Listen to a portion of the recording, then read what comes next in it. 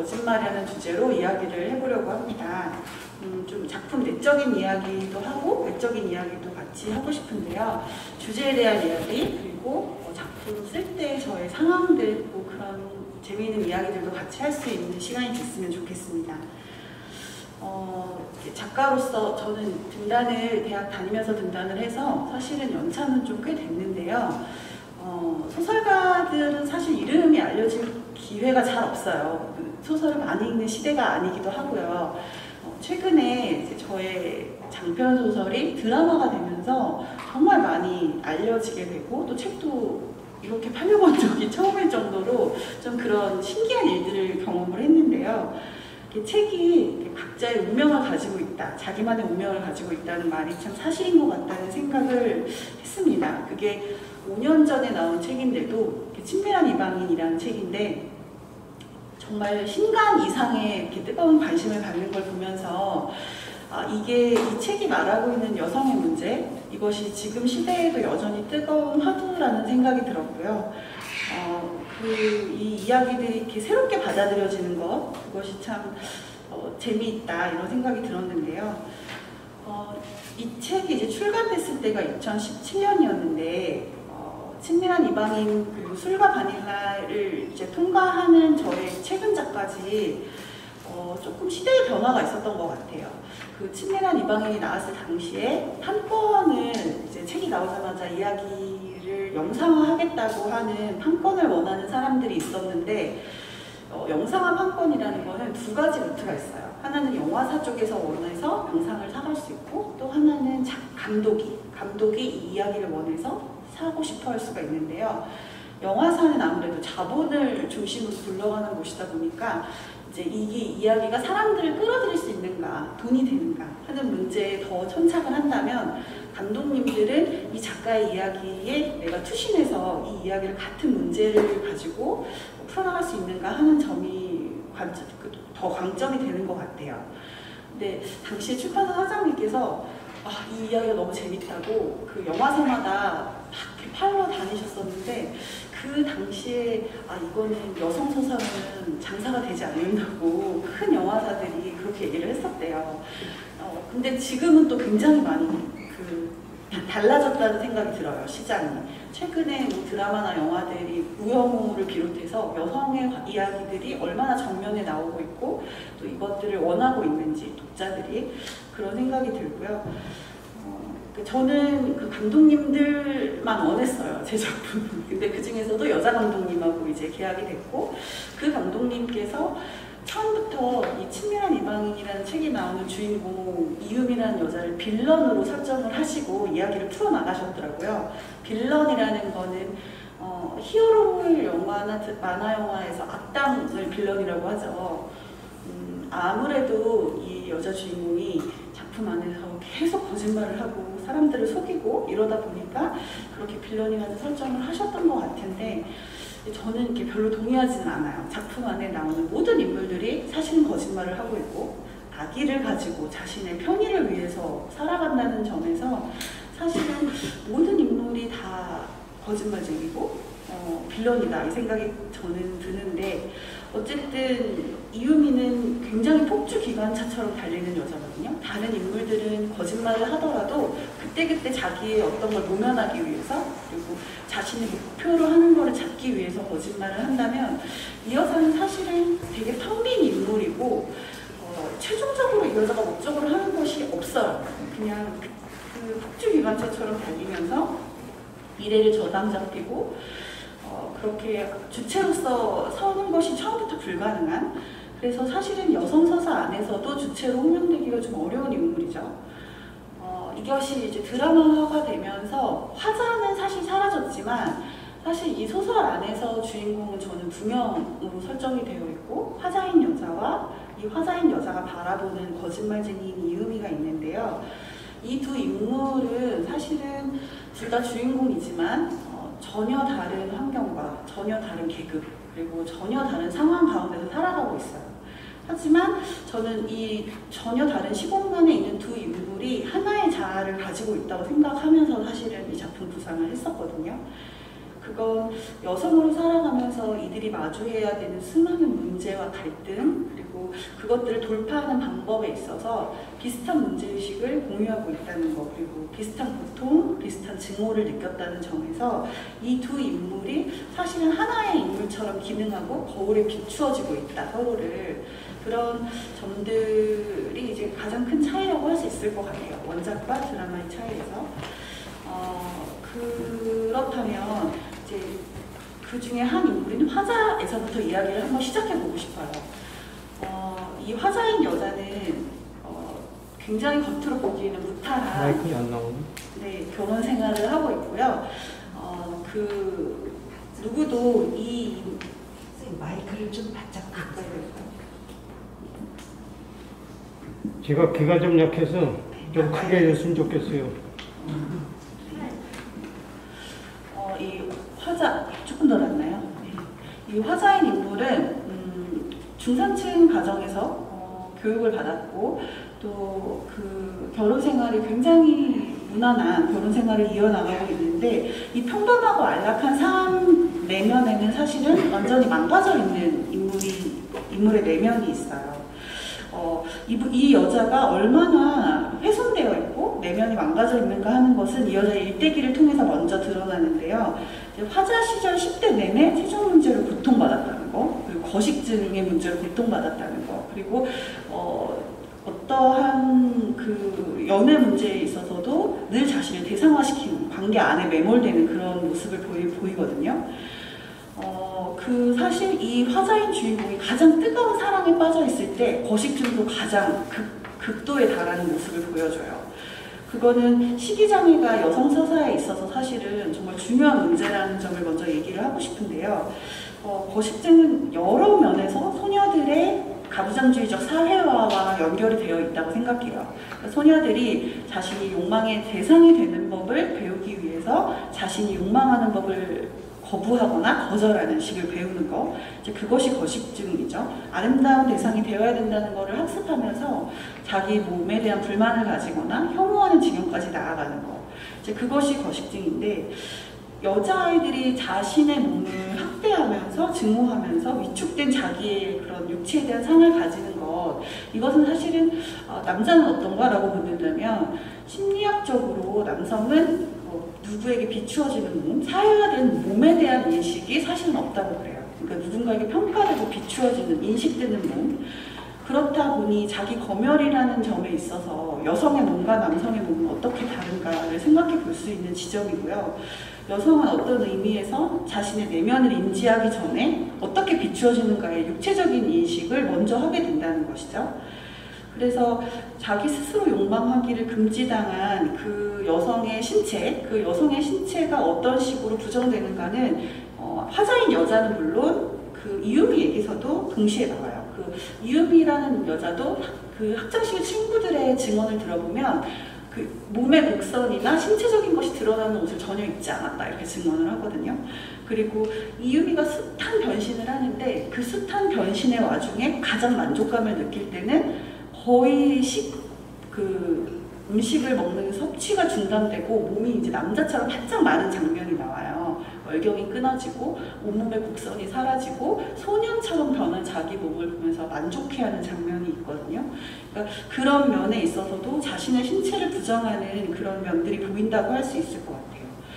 그 비슷하게 이 두 인물이 이렇게 맞닿아가는 지점이 또 그 화자인 여자도 사실은 월경이 끊어지고 그 거식증으로 인해서 자신의 삶이 이제 완전히 그 끝에 가 닿았을 때 그 삶의 어떤 변곡점으로 기능해요. 그 지점이. 아, 내가 이렇게 더 이상 나를 대상화하고 나 자신을 부정하고 나 자신을 속이는 관계에 매몰되지 말아야 되겠다는 다짐을 하게 되는 것도 사실은 그 지점이거든요. 그래서 결국은 그렇게 스스로 욕망하는 것을 금기하고 대상화하는 관계 맺음, 여성의 관계 맺음에 대한 이야기를 사실은 하고 싶었고, 그러한 점에 있어서 화자나 이유미가 어떻게 부딪히고 있는지를 살펴보는 것도 재미있는 지점인 것 같아요. 화자는 그렇게 거식증 끝에 그 숱한 그 관계에서의 맺음을 실패를 하고 정말 자신과 어떠한 가면을 쓰지 않고도 소통할 수 있는 어떻게 보면 평등한 관계에서 관계 맺음을 할 수 있는 남자를 찾았다고 생각하고 결혼을 하거든요. 작품 안에서. 그게 화자의 남편이죠, 사실은. 그래서 이들의 결합이 가부장주의 안에서 규속되지 아니하고 그냥 어떤 수평적이고 서로가 모든 것들을 공유하는 관계로 나아갈 수 있다는 희망을 잠깐 느껴요. 하지만 이들의 결혼 생활이라는 거는 전혀 일상적인 것으로 보이지는 않아요. 친구들이랑 늘 여행을 다니고 밤새도록 토론을 할 수 있고, 왜냐하면 둘 다 유학생 신분이었기 때문이었죠. 그러니까 어떤 일상의 어떤 사회적인 관계를 맺지 못했고, 이들은 정말 마치 소꿉장난 하듯이 그런 관계를 유지하다가 사실은 화자가 아이를 가지게 되면서 정말 이 결혼 생활이 사실은 정말 우리가 결혼 생활이라고 하는 사회적 의미에서의 그 관계로 진입을 하게 되거든요. 그리고 그때부터 이제 굉장히 오래된 역할극, 남자와 여자가 가부장주의 안에서 어떻게 서로의 역할을 감당하는가의 역할극이 시작이 되거든요. 가부장주의는 사실은 굉장히 그 산업화의 우리의 가장 오래된 기획이자 효율적인 기획이었어요. 남자는 나가서 일을 하고, 그리고 그가 효율적으로 일할 수 있도록 아내는 집 안에서 아이들을 양육하고 어떤 정서적인 기능을 담당하는 그런 오래된 역할극인데, 근데 이것이 지금껏 지속될 수 있었던 것은 이것이 굉장히 수학적으로, 합리적으로 이것이 받아들여지는 제도였기 때문이라는 생각이 들어요. 하지만 이제 그 안에서 소외되는 거는 남자, 여자 마찬가지거든요. 그러니까 결국 남편도 그 부인도 아이가 생기고 아이를 양육하면서부터 이 기존에 누렸던 자유나 그 기존에 누렸던 어떤 소통이 이제 끊어지는 것을 경험을 하게 되는데, 사실 화자인 주인공은 아이를 낳은 후에 어머니 되기에 실패하면서 그 전에 고통과는 비교할 수도 없는 고통을 느끼게 되거든요. 어머니로서 겪는 굴복을 이 화자는 이제 먼저 임신, 출산, 육아를 통해서 먼저 습득을 하거든요. 이 여자가 굉장히 폭력적인 임신 과정을 거쳐요. 그 임신 자체도 그 쌍둥이를 유산했다가 한 명이 유산됐고, 그 모든 과정에서 자신이 다루어지는 방식, 병원에서, 그리고 이 여자의 고통에 대해서 사실은 이 여자 몸에서 일어나는 일인데도 누구도 공감해주지 않거든요. 남편조차도. 그 과정을 통해서 이 여자가 이제 2차적인 소외나 고통을 느끼고, 아이가 태어난 뒤에는 자신이 그 일에 대한 어떤 만족감도 느끼지 못하거든요. 근데 사실 모성신화처럼 우리 여자를 소외시키는 건 없어요. 어머니가 되는 것으로부터 어떤 보람도 느끼지 못하는 이 주인공은 그때부터 사실은 스스로 죄의식에 더 갇히게 돼요. 왜 나는 이 아이 안에서 만족하지 못하는가 하는 문제가 되는 거죠. 어머니 되기 위해서 실패한 여성은 정말 구원의 길이 없다는 생각을 하게 되는 것 같아요. 그러니까 어머니가 되는 것을 부정한다고 말할 때 이 여성이 이 사회에서 받아들여질 수 있는 곳이 없는 거죠.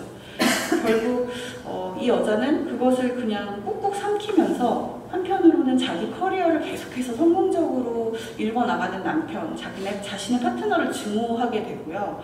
그 가부장주의 논리에 따라서 남편이 자리를 잡고 성공을 하면서 이 여자도 같이 성공을 하는 반열에 오르지만 그 안에서 전혀 만족하지 못해요. 그리고 이 여자를 지금껏 추동해왔던 어떤 창조적인 에너지도 메마른 것을 느끼거든요. 그리고 이제 그때부터 남편을 기만하고 이제 이 속임수를 이제 하게 되는 거죠. 그거는 이 여자가 살아가기 위해서였다고 생각해요. 이 화자인 여자가 부정을 저지르고 이렇게 남편에게 거짓말을 하면서 부정을 일삼았던 것은 어떻게 해서든지 자신이 존재를 계속 이어나가기 위한 발버둥이었다고 저는 생각을 하고 있거든요. 그러니까 결국 사실 이 작품 안에 모든 이성의 커플이 파국을 맞이하거든요. 한 커플도 살아남지를 못해요. 아무리 이렇게 참 가부장제가 그 안에서 우리가 이것을 벗어난다는 게 참 어렵다는 생각이 들어요. 사실 새로운 언어가 필요하다는 생각이 들어요. 부부가 함께 돈을 벌어도 육아나 가사의 부담은 아직도 여성에게 더 지어지는 것이 현실인 것 같고, 어떤 아이의 문제나 가정의 문제가 생겼을 때 여성에게 죄의식이 더 전가되는 것도 사실인 것 같고요. 그 모든 것들에 있어서 아직도 여성에게 그러한 어떤 부담이 지어지는 것은 이 가부장제를 우리가 벗어날 언어를 아직도 찾지 못했고, 그것은 사르트르도 우리가 가부장제에서 벗어나려면 새로운 언어를 만들어야 되는데 그것은 거의 불가능하다고 말했어요. 왜냐하면 이것이 너무 지난한 과정이고 그 언어를 말하려고 하는 사람들에게 페널티가 주어지기 때문이죠. 그래서 결국은 이 역할극이 남성도 여성도 소외시키는 것인데도 우리가 이 지난한 역할극을 계속해 나가는 것에는 창의적인 대안이 부족하기 때문인데 저로서는 이 창의적인 대안이 거짓말이라는 생각을 했던 것 같아요. 할 수 없다, 벗어날 수 없다, 여성성의 연쇄, 그리고 그 불합리함의 연쇄를 끊어낼 수 없다, 이 반복된 벗어날 수 없는 구조 안에서 사실은 이것들을 돌파하는 여자가 이음이에요. 이음이라는 여자는 여자에게 기대되는 역할, 마땅히 그래야 된다고 생각하는 존재 방식 자체를 거부하는 인물이거든요. 이 여자는 자신에게 가해지는 모든 금기를 그냥 거짓말, 그것도 자기 욕망이라는 원동력으로 그냥 넘어서 버려요. 아까 제가 여성이 자신의 욕망하기를 금기당한 것에서부터 이야기가 시작된다고 했는데 이유미는 욕망 그 자체인 인물이거든요. 사실 이 여자의 그 조건이라는 건 정말 형편없죠. 배움이 없고 장애인인 부모님과 또 가난한 환경 그리고 배움의 기회까지 놓쳐버리잖아요. 치기 어린 어떤 불장난으로 인해서. 그래서 삶의 전초 기질을 다 상실해버린 여자예요. 이 여자가 갈 곳은 사실 정해져 있어요. 되게 하급 노동자가 되는 것으로서 정해져 있는 것이었어요. 하지만 이 여자는 그걸 받아들이지 않거든요. 자기가 원하는 것을 가지기 위해서 그걸 전폭시키면서 나아가요. 거짓말로 대학 학위도 속이고 경력도 속이고 유학 경험도 가짜로 만들어내고 대학 교수라는 자리까지 그냥 단숨에 올라버리죠. 여기까지 가는 과정이 좀 흥미로운데 저는 이 여자가 차용하고 있는 여성적인 것이라는 것이 저는 되게 재밌는 것 같아요. 그러니까 우리가 아까까지 얘기했던 우리를 가두는 족쇄라고 말했던 여성성을 이 여자가 가짜로 가면을 쓴다는 거예요. 단지 이 여자가 예쁜 옷을 입고 값비싼 명품을 입고 눈썹이 좋게 이렇게 예쁘장하게 차려입는 것뿐만이 아니라 매력적인 외양을 꾸미는 것뿐만이 아니라 대화할 때 굉장히 매력적이라고 말하거든요. 이 여자가 굉장히 대화술이 좋고 그리고 부드러운 사람이고 사람을 굉장히 위로해주고 그리고 정서적인 욕구를 채워주는 여자라고 설정이 되어 있어요. 그것이 사실 우리가 여성성이라는 허울을 씌워놓는 가면 중에 하나거든요. 그런데 이 여자가 이 부드럽고 허용적이며 때로는 관대한 어떤 정서적인 욕구를 채워주는 여자의 가면을 자기 마음대로 썼다 벗었다 해요. 이음이라는 여자는. 그래서 그런 것들이 여성적이라는 기호를 스스로 장착했다가 또 미련 없이 던져버리고 또 그것을 굉장히 조신한 척 했다가 또 자기 마음대로 남자를 만나러 다니고 하는 그러한 면들이 거짓 실체로서 관계를 맺고 사실은 이게 가짜인데 가짜인 것을 잘 알면서도 조용히 그 가짜인 연극판에 숨어들어서 오히려 그들을 조롱하고 있는 연기자. 이유미는 그런 연기자라는 생각이 들었어요. 또 한 가지는 이 여자의 거짓말이 굉장히 계급적이라는 사실인데요. 소설에서 이 여자는 단지 돈 때문에 거짓말하는 게 아니에요. 돈으로 사기쳐서 뭐 얼마 가져오고 삥 뜯고 이런 여자가 아니고요. 이 여자 계속 말해요. 자기가 원하는 거 자기가 원하는 역할을 하는 거다. 자기가 원하는 역할을 가지고 싶다. 이런 말을 하는데요. 그거 직업의 사칭이죠. 근데 전문가 직업을 계속 사칭하거든요. 이 작품 안에서. 그런데 이런 직업, 전문가 직업을 사칭함으로써 이 여자가 가지게 되는 것은 일종의 존중감인 것 같아요. 이 소설 안에서 이 여자가 누리고자 했던 것은. 그리고 그녀 스스로 의미라고 칭하는 거. 나 의미 있는 존재가 되고 싶었다라고 말할 때 그 의미 역시도 어떤 존중감일 텐데 그것은 사실 계급적인 것이라는 생각이 들었어요. 아까 제가 말했던 이 여자가 결국 갈 수 있는 것은 하위 계급 노동자밖에 없었다는 얘기를 했는데 이게 사실 지난 코로나 때 드러난 문제이기도 하죠. 돌봄이 공백이 되자 그동안 여기를 메웠던 게 누구였던가 다시 질문하게 됐고 이 지난한 돌봄의 자리에 있었던 것은 하위 계급 여성 노동자였다는 사실이 드러나게 된 거죠. 그러니까 큰 어떤 거대한 산업화에서 눈에 보이지 않는 어떤 굉장히 굳은 일에 여성 노동자들이 동원되고 있다는 거죠. 그것이 어떤 계급으로서의 상정이라면 이 여자는 그거를 거부하는 거예요. 그리고 이것을 그냥 넘어서 버려요. 거짓말로. 근데 물론 이 여자가 이렇게 카멜레온처럼 사칭할 수 있었던 것은 어린 시절에 이렇게 훈련을 전문적으로 받죠. 미군 부인에게서 훈련받은 그런 이유이기 때문이기도 하지만 이 여자 굉장히 눈썰미가 있고 어떤 계층의 공기를 흡수하고 그것을 흉내내는 그런 재능이 있었던 여자였던 것 같아요. 그런데 또 이거는 반면으로 그 계급적 장벽이 얼마나 허술한지를 보여주는 것이기도 하거든요. 이유미가 계급을 사칭하고 거짓말을 일삼는 거, 그거는 아까 처음에 말씀드렸다시피 어떤 의미가 있는 게 아니에요. 이 여자는 그냥 내가 이걸 원하기 때문에 가진다 라는 식의 어떤 욕망의 추동이 계속 일어나는데, 작품 속에서 이 여자가 그 실패한 결혼 생활의 편린을 이렇게 간직하는 장면이 나오는데, 그것조차도 상대방에 대한 그리움 이런 거 전혀 아니고 내가 그냥 그게 필요해서, 그러니까 이렇게 내면이 사실은 이 여자의 내면이 텅 빈 기표 같은 존재예요. 그런데 이 기표 같은 존재야말로 여성에게 한 번도 허락되지 않은 존재라는 생각이 들고요. 모든 사람들이 여성이 원하는 건 어떤 기의죠. 그 기의가 충족되기를 원해요. 그래서 그 말로 다 되지 않는 것을 어떻게 보면 여성적인 것이 세상을 구원한다고까지 얘기를 했을 정도로, 그 여성적인 것이 의미가 무엇인지, 그리고 우리가 그것을 어떻게 거부할 수 있을 것인지에 대한 고민을 사실은 계속 하는 것 같아요. 철저히 자기중심적인 인물이거든요, 이유미는. 그래서 자기가 막 우스꽝스러운 거짓말까지도 거침없이 지어내고, 한마디로 굉장히 괴물 같은 여자예요. 이 여자 실체를 안다면 이 여자를 욕망할 수 있는 사람은 아무도 없겠죠. 그런 어떤 괴물성과 동시에 그 괴물성을, 여성의 괴물성, 그리고 괴물이자 천사인 여자는 사실 근대 이후 문학에서 계속 반복되는 면면인데, 그 괴물성도 부인하고 또 천사됨도 부인하는 것이 지금 여성 작가들의 역할이 아닌가 그런 생각이 들어요, 사실은.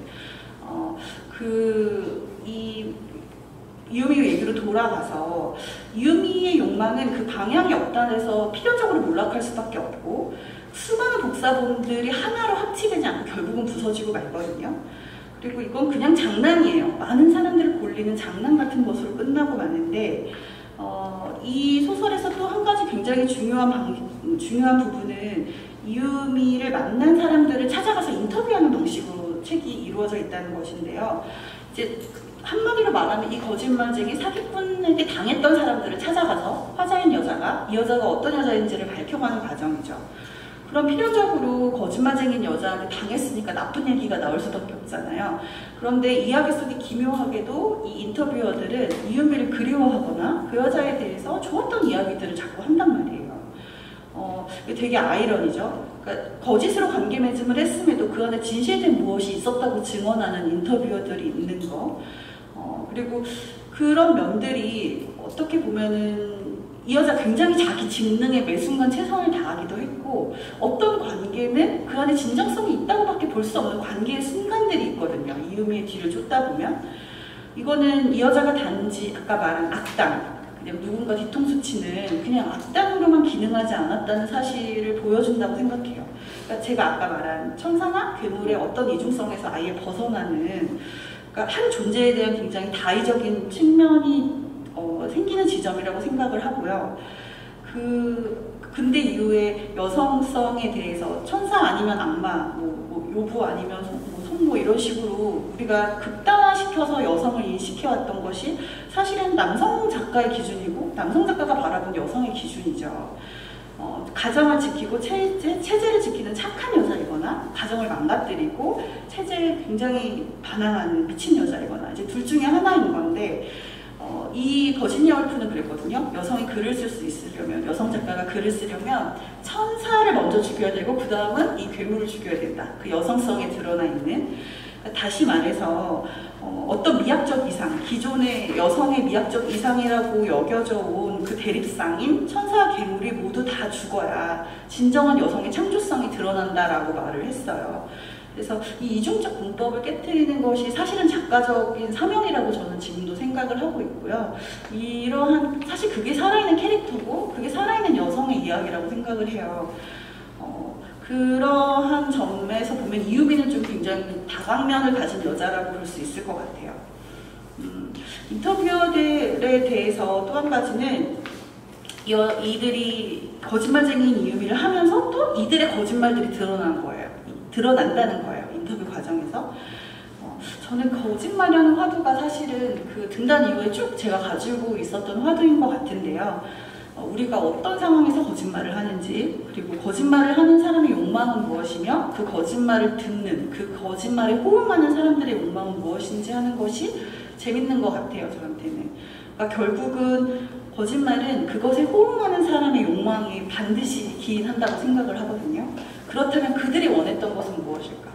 그들이 원하는 것을 기꺼이 준 거짓말쟁이가 물론 있지만 그들이 원했던 그 허상이라는 것은 무엇일까라는 것을 자꾸 질문하게 되는 것 같아요. 그러니까 결국 진실과 거짓이라는 것은 그 칼로 자른 것처럼 양분되는 것은 아닌 것 같고요. 관계가, 모든 관계가 이거 정말 진실된 관계였다 생각하는 부분에 되게 거짓된 부분이 있고, 이거 완전히 가짜였지라는 것에도 진실된 부분이 있기 마련이라는 생각이 들거든요. 그래서 어떻게 보면은 우리가 현실에 매몰되지 않기 위해서, 또 관계라는 것이 계속 시간이 흐름에 따라서 변화하는 것인데 그 안에 매몰되지 않기 위해서는 그것이 화석화되는, 굳어지는 것에서 벗어나기 위해 계속 질문하는 거. 이거 진짠가? 이 안에 거짓은 없나? 우리가 하는 이야기 속에 진짜는 뭐고 거짓은 뭔가를 좀 반추해보고 끊임없이 묻는 것이 참 필요한 것 같아요. 어떻게 보면 좀 삐딱하게 보는 자세인 거죠. 문학이라는 것이 사실 그렇고요. 그래야만 또 그 소설을 쓸 때 저 역시도 저의 상황들을 돌이켜보면은 항상 제가 현실에서 불만족할 때, 그리고 이 현실에서 고통을 느낄 때 이야기가 시작된다는 생각을 많이 하는 것 같아요. 저 역시도 굉장히 싸우듯이 소설을 쓰면서 살아온 것 같은데, 제가 아까 굉장히 등단을 대학 다닐 때 일찍 했다고 말씀을 드렸잖아요. 그래서 저는 사실 쭉 사회생활을 하지 않고 학교에서 계속 공부를 하다가 박사과정을 마치고 결혼을 했어요. 그러니까 그 일반적인 그 노선을 가는 여자 친구들처럼 저 역시도 정말 밥 한 번 안 쳐보지 않고 결혼을 한 거예요. 그래서 지금도 기억이 나는 게, 처음 소세지를 구워서 먹는데 비닐을 뜯어야 되는 건데 비닐까지 같이 구워줬던 기억이 나요. 그만큼 어수룩했었는데, 제가 결혼하겠다고 했을 때 선배 작가님들, 선배 그 학교에서 선배님들 다 진짜 네가 원하는 거고 이게 맞다고 생각하냐, 정말 여러 분이 저한테 물어보셨었거든요. 근데 저는 그때 왜 그렇게 이거를 심각하게 받아들이고 부정적으로 받아들이지? 이런 생각을 했었어요. 제가 어리석었던 거죠. 그러니까 저 역시도 정말 이 가부장주의 안에 이 매몰되어 있는 관계라는 것을 목도할 수 있었던 것은 아이를 낳은 직후인 것 같아요. 제가 첫 아이를 낳고 나서 진짜 의아했던 게, 왜 아무도 나에게 이 얘기를 해주지 않았지라는 생각이었어요. 말 그대로 몸이 쪼개지고 이렇게 영혼이 쪼개지는 느낌이더라고요, 아이를 낳는데. 그게 저는 제가 시대적으로 제가 공부를 하거나 글을 쓸 때 여자가 뭘 이런 말을 하는 시대에서 자라지 않았어요. 제가 공부하고 글 쓰고 하는 걸 모두 다 기뻐했고 제 주변 사람들은 자랑스러워 했었거든요. 그런데 아이를 낳고 나니 이 아이를 차선으로 두고 제가 공부하고 글 쓰는 걸 칭찬해주는 사람이 아무도 없는 거예요. 모든 사람들이 아이가 먼저지, 쟤 저렇게 위험해지잖아 라는 얘기를 저한테 하는 곳이었고, 정말 되게 혼란스러웠던 것 같아요. 제 인생이 정말 쪼개지는 경험이었고, 저로서는 그게 물론 주변에서 많이 도와주셨어요. 친정어머니 도와주셨고 아이 돌봐주시는 분도 도와주셨지만, 어쨌든 아이에게 절대적인 존재는 어머니고, 어머니의 존재가 완전히 부서져서 들어가지 않으면 아이는 망가지는 거더라고요. 그거를 몰랐어요, 정말. 그걸 몰랐고, 그래서 그때 제가 느낀 공포에 가까운 감정, 그리고 지금까지도 가지는 그런 감정들이 사실은 그 작품 안에 쭉 들어있는 것 같아요. 가장 힘들었던 것은 아까 제가 얘기했지만 아이와 함께 있을 때 행복하지 않은 저를 바라볼 때 그 혼돈이었거든요. 이 모든 엄마들은 아이와 함께 있으면 행복해야 되는 건데, 그것이 맞는 건데 왜 내가 행복하지 않지 해서 오는 어떤 그런 인지부조화 같은 어떤 그런 단계가 저한테 있었던 것 같아요. 어머니로서 느끼는 기쁨이 물론 있었어요. 아이의 생명을 바라보고 그 아이와 함께하는 그 기쁨이 있었지만, 그보다 자주 힘들었던 것 같아요. 저라는 존재를 부인해야 되는 그 단계에서 정말 괴로웠고, 제가 슬로건이라는 책에 그 좌담에도 썼지만 아이들은 자기가 당연히 받아야 될 사랑이 있는 것처럼 굴더라고요. 저한테는 그 사랑이 없는데. 그래서 그걸 왜 아무도 나에게 얘기해주지 않았지? 어머니가 이렇게 사랑에 목말라 있는 존재라는 걸 왜 얘기해주지 않았지? 이런 생각을 참 했던 것 같아요.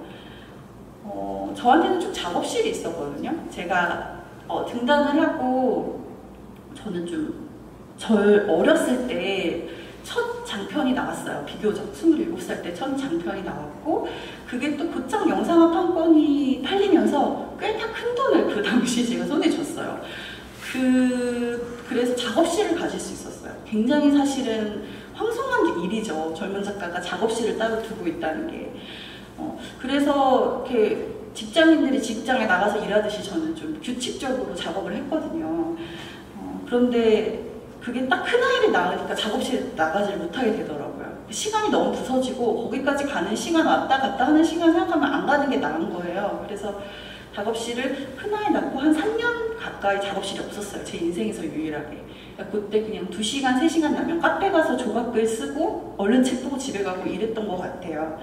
근데 큰아이가 어린이집 갈 나이가 됐을 때 작업실을 다시 얻었거든요. 그 친밀한 이방인 뒤에 작가의 말에 나와요.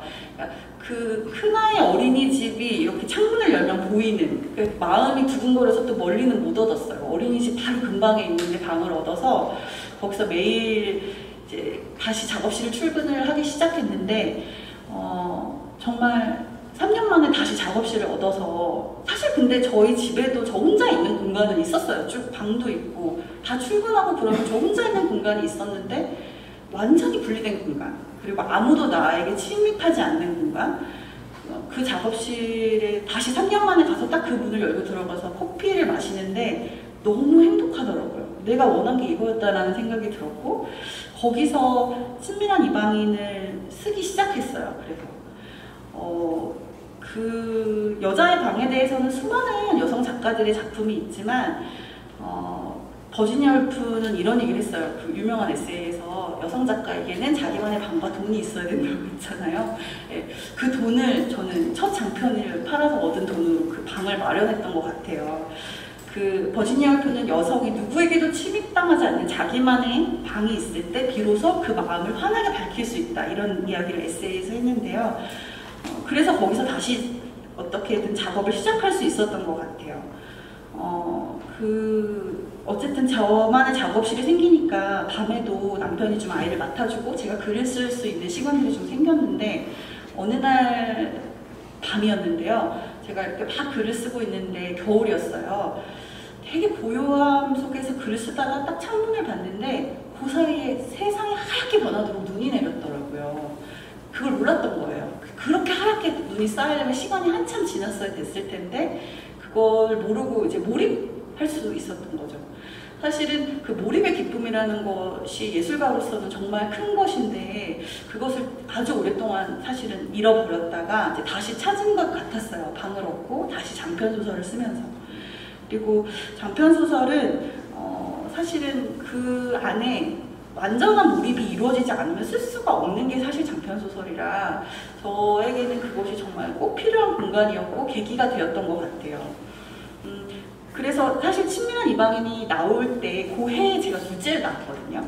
근데 제가 둘째 임신했을 때 재밌는 건 그 결혼할 때 너 괜찮니? 네가 진짜 원하는 거니? 막 하고 저 첫째 임신했을 때 다 걱정했던 분들이 둘째 임신했을 때는 아예 포기하셨는지 아무 말도 안 하시더라고요. 그러니까 정말 문단 안에서 최근에는 둘째 아이 낳는 경우 정말 잘 없는 것 같아요. 근데 어떻게 그럴 수 있었냐 무모하게 라고 저한테 많이 물어보시는데 저는 그 방이 있어서였다는 생각이 들어요. 만약에 저한테 그 방이 없었다면 저는 그런 용기를 낼 수 없었을 것 같아요. 근데 정말 용기 천만하게 이제 둘째를 가져서 이제 낳았고, 그 친밀한 이방인이 나오고 나서 진짜 그때 깐난애기까지 있었으니까요.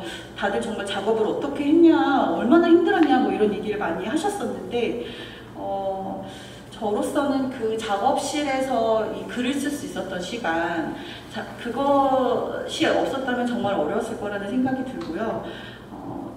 소설가는 사실은 소설을 쓸 때 소설에는 진실성이라는 면이 있고 또 그것이 거짓이라는 두 가지의 양면이 존재를 하잖아요. 그러니까 우리는 가짜 이야기를 하지만 그 안에 진실성이 있어야 된다는 되게 아이러니가 그 작업 안에 수반이 되는데요. 그랬기 때문에 진실을 거침없이 말할 수 있었던 것 같고, 그렇기 때문에 제가 어머니로서는 할 수 없었던 말들, 그리고 어머니로서는 바로 할 수 없었던 어떤 언어들을 그곳에서 말하고 다시 돌아와서 천연덕스럽게 어머니로서 얼굴을 바꿀 수 있지 않았나 그런 생각이 들어요. 저는 항상 제가 어머니로서는 늘 어색하거든요. 아이들이 아직 저한테 엄마라고 부르는 것도 저는 좀 어색하고 그게 언제쯤 익숙해질지 모르겠어요. 근데 그 아이들한테 제 분열된 내면을 보여줄 수는 없죠. 그런데 소설가로서 전 언제든지 그 분열된 내면으로서 존재할 수 있고 그것을 씀으로 인해서 제가 저를 구원한다는 생각을 많이 하는 것 같아요. 그래서 그 어떤 사적인 삶, 침묵하는 삶, 가정 안의 삶, 이것이 늘 저에게는 어떤 고통을 안겨주는 것이었다면 그것에 대해서 발화함으로 인해서 제가 자유를 얻을 수 있었고 그 자유로 인해서 어떻게 보면 제가 소설에 기대서 그 시간을 지내왔다 그런 생각이 들어요. 사실 이것조차도 선배들의 희생에 이어서 제가 가진 거라는 생각을 많이 하고 있어요. 제가 이렇게 막 자유롭게 제가 활력 있게 지금 작가로서 작가 인내하고 일을 할 수 있는 것은 선배 작가들이 사실은 양립조차 할 수 없었던 상황들, 저의 여성 작가들, 선배 작가들이 그것이 얼마나 그 시시때때로 도전하는 것이었고 얼마나 불안한 것이었고 얼마나 고독한 것이었는지를 생각을 해보면 정말 그 선배들의 희생에 대해서 늘 생각을 하게 되는 것 같고 또 제가 이 불완전하지만 이 역할을 어떻게 해나가는가에 따라서 또 후배 작가들이 어머니로서 작가로서의 삶을 어떻게 양립할 수 있는가에 또 거기에서 시작할 수 있는 거라고 생각을 하기 때문에 그것을 늘 염두에 두고 있고요. 그래서 그 이후에 이제 작년에 나왔던 단편집인 술과 바닐라까지 이어져 나오는 이야기는 사실 다 어머니에 대한 이야기거든요. 술과 바닐라에는 6개의 단편이 들어있는데요. 그 안에 한 작품 빼고는 다 어머니의 이야기예요.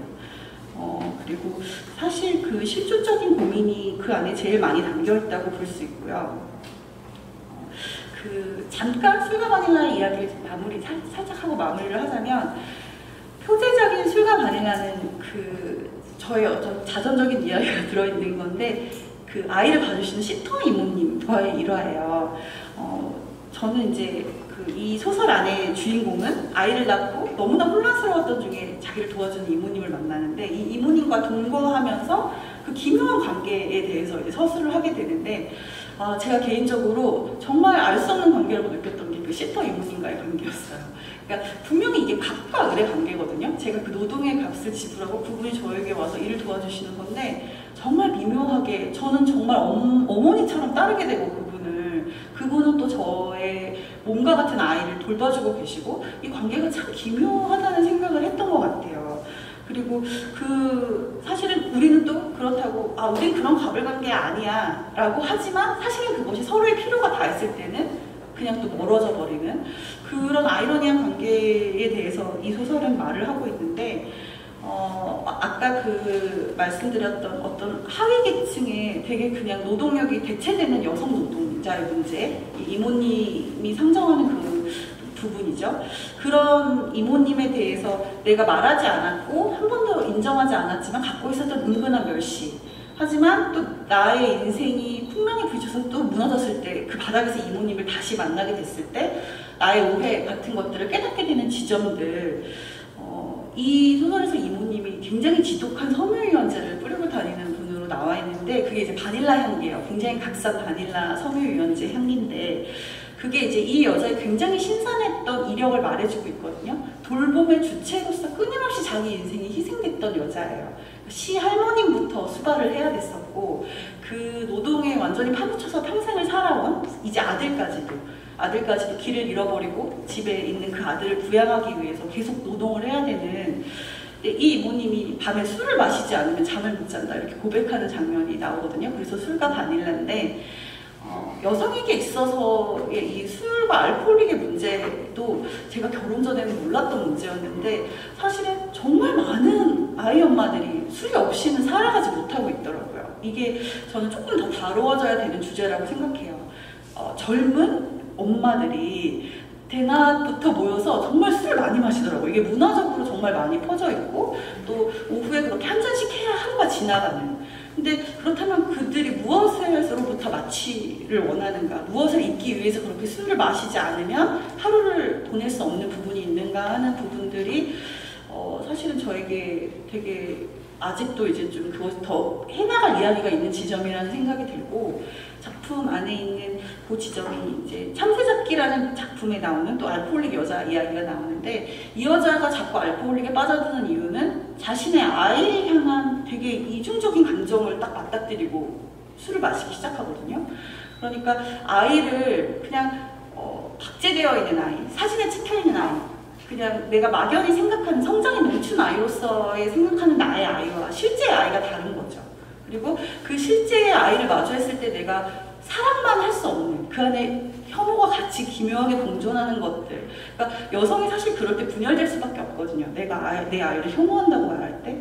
그런데 사실은 그것이 진실된 고백이라고 생각해요. 그 모든 인간은 변화하고 박제되어 있는 존재가 아니기 때문에. 근데 그런 면들을 목도하는 것, 어머니로서 목도하는 것, 그리고 어머니가 아닌 여성으로서 목도하는 것, 그러한 이야기들을 소설 안에서 어떤 일종의 감정적 아노미를 겪는 여자들이 계속 등장을 하고 있고요. 그런데 이 여자들이 또 아이러니한 것은 그런 감정적인 아노미를 통해서 현실을 결국 그 현실에 기반해서 다 무너져요. 자기가 지키고자 했던 것, 자기가 끝까지 이것이 내 것이라고, 내가 이것을 소유했다고 말하고 싶은 것, 그것을 다 상실한 뒤에 비로소 윤리적인 존재가 되거든요. 무슨 뜻이냐면 이 여성들이 어머니로서, 아내로서 내가 그럴듯한 아파트, 또 그럴듯한 아이를 양육하는 그럴듯한 어머니가 내가 될 수 없다는 것을 인정했을 때 이 여자들의 내면이 다 무너지는데요. 그때 비로소 이 여자들이 진짜 기도를 시작하게 되고 진짜 내가 원하는 게 무엇인지를 생각하게 돼요. 저는 그게 굉장히 윤리적인 지점이라는 생각을 하고 있고요. 그렇게 모든 여성이 자신을 구성하는 조건을 다 잃어버린 뒤에 비로소 자기 자신이 된다는 이야기. 그 이야기는 사실은 제가 작가로서 지금도 되게 진행 중으로 하고 있는 것이고요. 그러기 위해서는 그 여성이 자신의 삶의 허위와 맞서는 것이 첫 번째라는 생각이 들어요. 그래야 진실을 마주할 수 있거든요. 이 소설 안에 유일하게 어머니가 아닌 인물은 그 고양이 자세를 해주세요라는 작품에 나오는 등장인물인데요. 이 여자는 요가를 하는 여자거든요. 저는 그 소설을 쓴 만큼 요가를 사실은 오래 했어요. 지도자이기도 하고 요가를 굉장히 사랑하는 사람인데 그 오랜 바가바드기타에 나오는 내용처럼 사실 요가는 고통을 통해서 스스로를 육체를 확장해 나가는 작업이거든요. 그런데 어떻게 보면 어머니도 저는 그렇다고 생각해요. 어머니라는 존재들이 우리가 사실은 몸을 깨뜨려서 자녀를 낳잖아요. 그 고통을 통해서 사실은 나라는 존재에서 확장되는 계기를 가지게 돼요. 근데 우리가 제대로 사유할 수만 있다면 정말 윤리적인 지점은 거기서 저는 나온다는 생각이 들고 스스로를 가두는 한계에서 벗어나기 위해서 먼저 고통을 받아들여야 하는데 그 고통 안에서 사실은 더 존재가 넓어지고 확장되는 경험을 할 수 있지 않나 그런 생각이 듭니다. 저는 24살 때 등단을 해서 18년째 장장 소설을 쓰고 있는데 어렸을 때는 작가가 되는 게 뭔지도 잘 몰랐던 것 같아요. 그냥 유명해지는 게 좋고 제 이름이 이렇게 누구한테 불려지는 게 좋고 그랬었는데, 그리고 뭘 써야 될지도 모르고 늘 되게 부산하게 막 사방을 돌아다녔던 그런 기억이 나요. 그런데 어떻게 보면은 그런 에너지나 열정 같은 것들이 아이를 낳은 후로는 끊임없이 추락하는 기분이었어요. 그 에너지를 가질 수 없고 그 열정을 가질 수 없는 그 저를 빨아들이는 존재로 인해서 그렇게 끊임없이 무너지는 경험을 했지만 그러한 경험들로 인해서 오히려 작가로서는 저의 화두를 더 가지게 된 것 같고 무엇을 써야 할지 어떻게 윤리적으로 내가 써야 될지라는 질문을 더욱더 할 수 있게 된 것 같아요. 다시 친밀한 이방인으로 돌아가서 이야기를 마무리를 하자면 친밀한 이방인은 제가 5년 전에 썼던 작품이거든요. 근데 이게 사실 영화화 될 거라는 기대는 전혀 하지 않았던 것 같아요. 판권 계약도 어렵지만 사실은 영상화까지는 정말 더 어렵거든요. 그리고 무엇보다도 작가가 기대했던 결과가 나오기는 정말 더 어려워요. 그래서 선배들이 늘 기대하지 마, 아무 기대도 하지 마 이런 얘기를 들었었는데 이게 드라마화가 되고 나서 드라마를 봤을 때 정말 벅찬 그런 기분이 있더라고요. 그러니까 제가 제 머릿속으로 상상했던 공간 그리고 제가 이렇게 머릿속으로 구축했던 그런 세계 같은 것들이 진짜 시각적으로 펼쳐지는 것을 보면서 정말 놀랍고 또 신기했어요. 제가 상상했던 그대로 이렇게 펼쳐지는 게 참 신기하더라고요.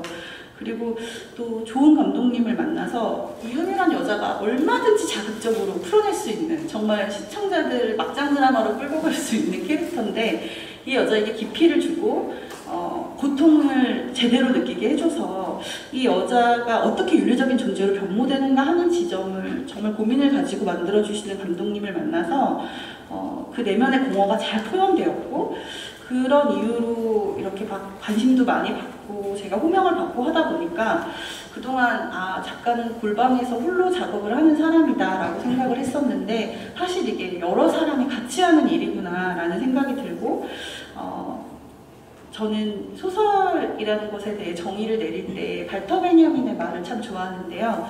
추위에 떨고 있는 사람들을 따뜻한 불가로 불러들여서 이야기를 들려주고 온기를 가지게 하는 것이다 라는 말을 저는 참 좋아해요.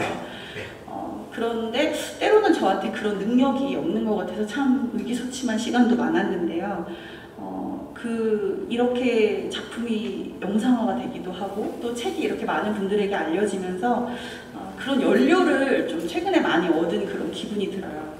그리고 또 마지막으로는 제가 참 어머니로서 열등생에 가깝거든요. 애들에게 많이 집중도 못 해주고 또 아이들에게 일하는 엄마라는 면에서 같이 있어주지 못하는 시간도 굉장히 많은데 그럼에도 불구하고 제가 여성으로서 포기하지 않았던 것들, 제가 저 자신으로서 잃어버리지 않고 작업을 계속해 나갈 수 있었던 것들, 그래서 아이들이 비록 우리 엄마가 부재했지만 그 부재한 가운데에서도 여성으로서의 자신을 잃지 않고 최선을 다했다는 것을 제가 유산으로 남겨줄 수 있게 된 걸 굉장히 감사하게 생각을 하고 있어요. 네. 그래서 오늘 여기 오면서 더더욱 예전 생각이 나더라고요. 제가 대학 때 석사 때 교수님 따라서 이렇게 여기 와서 구경하고 또 교수님 인사 뵙고 했었는데 시간이 벌써 이만큼이나 흘러서 여기에 와 있는데 앞으로도 작업을 좀 계속해 나갈 수 있다면 저는 정말 좋아하는 일을 직업으로 삼을 수 있는 것이 참 큰 은혜라는 생각이 들거든요. 네, 앞으로도 좋은 작품을 쓸 수 있었으면 좋겠고 또 이렇게 뵐 수 있는 시간이 앞으로도 있었으면 좋겠습니다. 네, 감사합니다.